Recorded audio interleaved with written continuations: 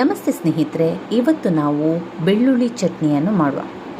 ಹುರಿದ ಬೆಳ್ಳುಳ್ಳಿ ಚಟ್ನಿಯನ್ನು ಮಾಡಲಿಕ್ಕೆ ನಾವು ಮೊದಲಿಗೆ ಮಿಕ್ಸಿ ಜಾರಿಯನ್ನು ತಗೊಂಡು ಅದಕ್ಕೆ ನಿಮಗೆ ಬೇಕಾಗುವಷ್ಟು ತೆಂಗಿನಕಾಯಿಯ ತುರಿಯನ್ನು ಹಾಕ್ಕೊಳ್ಳಿ. ತೆಂಗಿನಕಾಯಿ ತುರಿ ನಿಮಗೆ ಎಷ್ಟು ಚಟ್ನಿ ಬೇಕು ಅಷ್ಟನ್ನು ನೋಡಿಕೊಂಡು ಹಾಕ್ಕೊಳ್ಳಿ. ಇದಾದ ಮೇಲೆ ನಾವು ಬೆಳ್ಳುಳ್ಳಿ ಹಾಗೂ ಒಣಮೆಣಸಿನಕಾಯಿಯನ್ನು ಹುರ್ಕೊಳ್ಬೇಕು. ನಿಮಗೆ ಖಾರ ಎಷ್ಟು ನೋಡಿಕೊಂಡು ಅಷ್ಟು ಮೆಣಸನ್ನು ಹಾಕ್ಕೊಳ್ಳಿ. ಹಾಗೆ 4ರಿಂದ 5 ಎಸಳು ಬೆಳ್ಳುಳ್ಳಿಯನ್ನು ಕೂಡ ಹಾಕಬೇಕು. ಸ್ವಲ್ಪ ಎಣ್ಣೆ ಹಾಕಿ ಚೆನ್ನಾಗಿ ಹುರ್ಕೊಂಡು ಅದನ್ನು ಮಿಕ್ಸಿ ಜಾರ್ಗೆ ಹಾಕಿ. ಅದಾದ ಮೇಲೆ ಸ್ವಲ್ಪ ಹುಣಸೆ ಹಣ್ಣನ್ನು ಕೂಡ ಹಾಕ್ಕೊಳ್ಬೇಕು. ನೀವು ಎಷ್ಟು ಮಾಡ್ತೀರ ಅದನ್ನು ನೋಡಿಕೊಂಡು ಹಾಕ್ಕೊಳ್ಳಿ. ಆಮೇಲೆ ರುಚಿಗೆ ಬೇಕಾಗುವಷ್ಟು ಉಪ್ಪು, ಆಮೇಲೆ ಸ್ವಲ್ಪ ನೀರು ಹಾಕಿ ಚೆನ್ನಾಗಿ ರುಬ್ಕೊಳ್ಳಿ.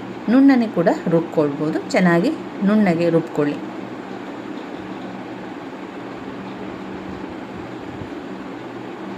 ಈಗ ನಮ್ಮ ರುಚಿಯಾದ ಬೆಳ್ಳುಳ್ಳಿ ಚಟ್ನಿ ರೆಡಿಯಾಗಿದೆ. ಇದಕ್ಕೆ ಒಂದು ಒಗ್ಗರಣೆಯನ್ನು ಕೂಡ ಕೊಡಿ.